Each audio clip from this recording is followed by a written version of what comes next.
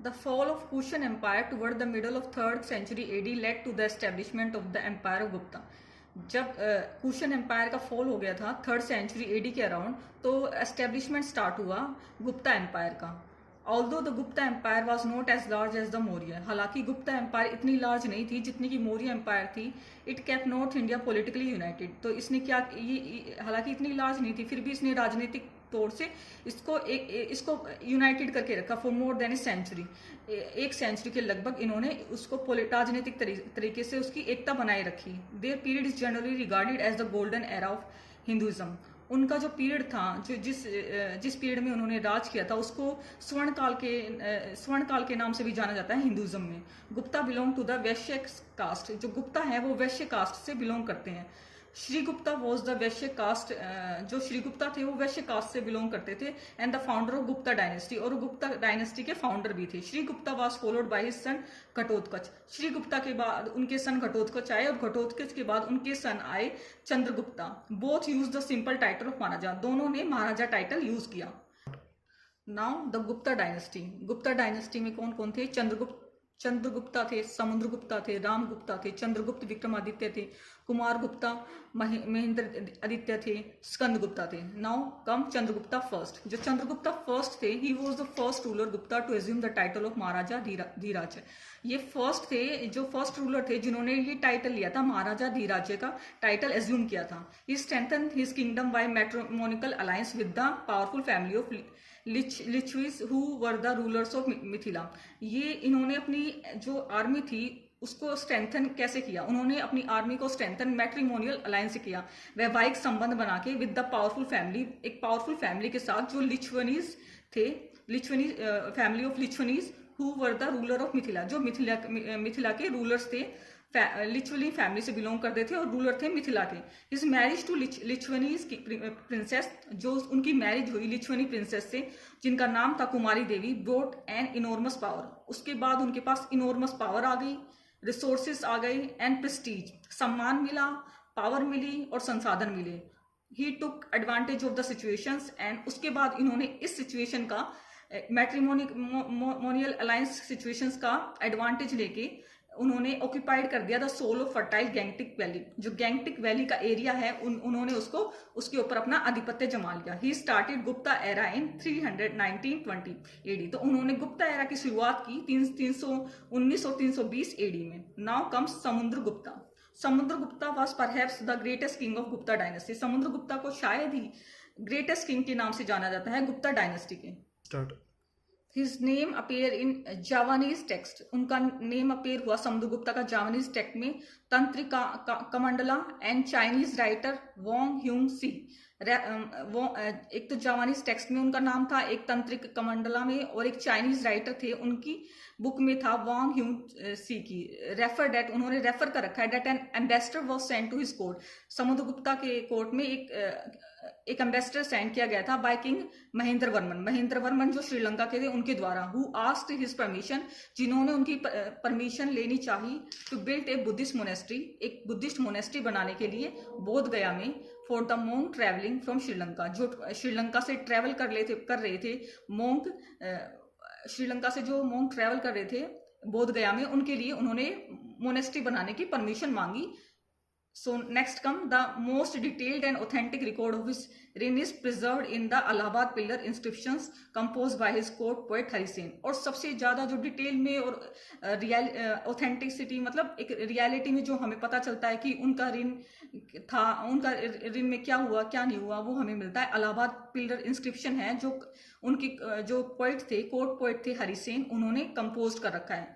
Samudragupta believes in policy of war and conquest. वो समुद्रगुप्ता जो है वो विश्वास रखते थे युद्ध और आधिपत्य जमाने में, and has been termed as Napoleon. और उनको नेपोलियन भी बोला जाता था भारत का. समुद्रगुप्ता को नेपोलियन बोला जाता था भारत का. ये क्वेश्चन भी पूछा जाता है एसएससी में, who is called the Napoleon of India? Samudragupta. और किन्होंने बोला इनको Napoleon of India? By Vincent A Smith ने बोला इनको Napoleon of India. When he died, his mighty empire bordered with Kushan of western province and Vakataka in Deccan. जब वो मरे तो उनकी जो महान साम्राज्य था वो बॉर्डर था कुशान जो वेस्टर्न में थे उनकी प्रोविंस से और वाकाटाका जो डेक्कन में थे उनकी प्रोविंस से जुड़ा हुआ था. Allahabad pillar inscription mention the title Dharma Prachar Bandhu for his that he was the upholder of Brahmanical religion. जो अलाहाबाद पिलर इंस्क्रिप्शंस में ये मेंशन किया गया है कि उनको टाइटल दिया गया था धर्म प्रचारक बंधु का क्योंकि उन्होंने बढ़ावा दिया था ब्राह्मणिकल रिलीजन को उन्होंने बढ़ावा दिया था. आफ्टर ऑल हिज मिलिट्री टर्मपेंट जितना भी मिलिट्री टर्मपेंट उनको विजय मिली थी ही परफॉर्म द अश्वमेध. उसके बाद उन्होंने एक अश्वमेध यज्ञ चलाया विच इज इविडेंट जो साक्षी है on some of his coin उनकी कॉइन्स पर सिक्कों पर. Ashvamedha gave him the coveted title of maharaja Dhiraj.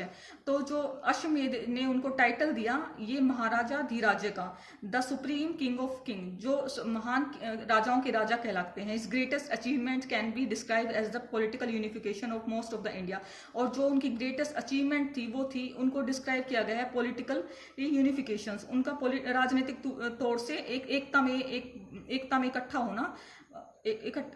होना मोस्ट ऑफ द इंडिया को उन्होंने इकट्ठा कर लिया था. और आर्यवर्ता भी बोला जाता है यूनिफिकेशन ऑफ इंडिया को इनटू ए फॉर्मिडेबल पावर जिसको अवॉइड ना किया जा सके ऐसी पावर में वो कन्वर्ट हो गए थे कि जिसको डिफीट भी ना किया जा सके.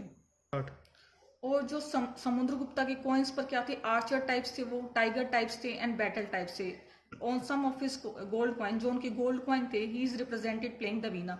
और समुद्रगुप्ता को दिखाया गया है कि वो वीणा को बजा रहे हैं उनके गोल्ड कॉइन के सिक्कों पर. Now comes Chandragupta. According to Devi Chandragupta of Vishakhadatta Samudragupta was succeeded by Ramagupta. जो देवी चंद्रगुप्ता के अनुसार Samudragupta was succeeded by Ramagupta. Samudragupta ने सक्सीड किया था रामगुप्ता को. रामगुप्ता वाज ए कोवर्ड. रामगुप्ता एक कोवर्ड थे कायर थे. He surrendered his queen Dhruvavati. उन्होंने अपनी वाइफ को सरेंडर कर दिया था टू साका इन्वेडर जो साका के आक्रमणकारी थे उनको. He was also the only Gupta ruler. वो पहले ओनली गुप्ता रूलर थे जिन्होंने कॉपर कॉइन को इश्यूज किया था. Chandragupta second conquered western Malwa. और चंद्रगुप्ता सेकंड ने उसके बाद वेस्टर्न मालवा को कॉन्क्वायर किया एंड गुजरात को कॉन्क्वायर किया फ्रॉम द साका क्षत्रपता रुद्र सीमा. शाका क्षत्रपता रुद्र सीमा से. The conquest gave Chandragupta western sea coast. जो युद्ध हुआ उसके बाद जो चंद्रगुप्ता को इस युद्ध से वेस्टर्न सी कोस्ट मिला. फेमस जो वेस्टर्न सी कोस्ट मिला वो किस चीज के लिए फेमस था वो ट्रेड और कॉमर्स के लिए फेमस था. This contributed to the prosperity of Malwa जिससे प्रोस्पेरिटी हुई खुशहाली आई मालवा में and its chiefly Ujjain was the second capital by Chandragupta. जो उज्जैन थी उसको सेकेंड कैपिटल बनाया गया चंद्रगुप्ता सेकंड के द्वारा. He issued silver coin. उन्होंने इशू किए सिल्वर कॉइन जो फर्स्ट गुप्ता रूलर थे जो इशू करने वाले सिल्वर कॉइन को. And adopted the title of Vikramaditya. तो इन्होंने विक्रमादित्य का टाइटल भी इनको मिला. And in memory of his victory. इनकी मेमोरी के उसके लिए विक्ट्री के मेमोरी के उसमें. The court of Chandragupta second at Ujjain. जो चंद्रगुप्ता सेकंड थे उनका जो court of Chandragupta second at Ujjain was adorned by 9 scholar. उनके कोर्ट में 9 स्कॉलर थे नोन एज नवरत्न जिनको नवरत्न के नाम से भी जाना जाता था इंक्लूडिंग कालिदास जिसमें कालिदास भी शामिल थे और अमर सीमा भी शामिल थे. Harisena was the court poet and minister. Harisena क्या थे कोर्ट पोएट थे इनके और मिनिस्टर भी थे. फायान the Chinese Pilgrim visited India at his time. जो फायान थे चाइनीज पिलग्रिम थे उन्होंने इंडिया को विजिट किया था इन्हीं के काल में. और फायान ने डिस्क्राइब किया कि यहाँ पर कोई चोरी नहीं होती है स्वच्छता का ध्यान दिया जाता है. And now comes Kumar Gupta. He founded Nalanda university. Nalanda university Kumar Gupta के द्वारा फाउंडेड की गई थी. एसएससी क्वेश्चन पूछता है कि who founded the Nalanda university. Worshipper of Lord Kartikeya. ये वर्शिपर थे लॉर्ड कार्तिकेय के. In the last year of his reign. इनके लास्ट ईयर में इनके राज्य के काल में the empire was invaded by Turko Mongol tribes Huns. Turko Mongol tribes Huns ने इनका इन्वेडेड किया था इनके ऊपर आक्रमण किया था. During the war with the Hund's Kumar Gupta died. और जब हुन्स के साथ इनका वॉर हुआ तो कुमार गुप्ता की उसमें मृत्यु हो गई थी. Now comes Skanda Gupta. He repulsed the ferocious Hund's attack twice. तो इन्होंने क्या किया, 2 बार जो हुन्स का अटैक था उसको फेरोशियसली, बहादुरी तरीके से उनको रिपल्स किया, विद्रोह किया उसका। The heroic feat entitle him the title Vikramaditya. और जब जैसे इन्होंने बहादुरी से उनको परास्त किया था, उसके बाद इनको विक्रमादित्य का टाइटल मिला। तो ये इंस्क्रिप्शन जो इनकी हीरोइक, जो इन्होंने हीरोइक तरीके से ये बैटल लड़ी, उसके बाद जब इनको टाइटल मिला विक्रमादित्य का, ये इंस्क्रिप्शन जो है ये एम्बेडेड है भितारनी पिल्लर इंस्क्रिप्शन पर। ये मेंशन है भितारनी पिल्लर इंस्क्रिप्शंस पर इनकी हीरोइक जो जितनी बहादुरी से इन्होंने युद्ध किया हुन्स के साथ, वो मेंशन है। During the period of Gupta, इन्हीं के कार्यकाल में, गुप्ता के स्कंद गुप्ता के कार्यकाल में सुदर्शन लेक थी, उसको रिपेयर कराया गया एंड इस एम्बैकमेंट था वो, उसको भी दोबारा रिबिल्ड किया गया, रिवैम्प किया गया उसको। Now comes the continuous attack of the Hund's.